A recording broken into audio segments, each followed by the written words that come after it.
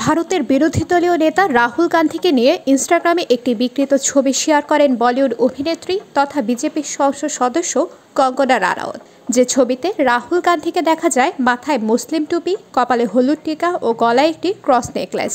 ছবিটি শেয়ার করে সংসদে জাতিগত জনগণনা নিয়ে রাহুলের করা মন্তব্যে কটাক্ষ করেন কঙ্গনা রানাওয়াত। তবে কয়েক ঘন্টা যেতে না যেতে সেই নিজের পোস্ট করা মন্তব্যে ট্রলের শিকার হন তিনি।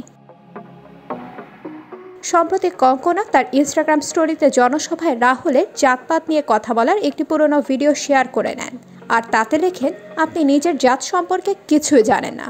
আপনার দাদু মুসলিম, ঠাকুরমা পার্সি, মা খ্রিস্টান। মনে হয় কেউ ভাত ও ডাল বানানোর জন্য কারি পাতা দিয়ে পাস্তা মেখেছেন।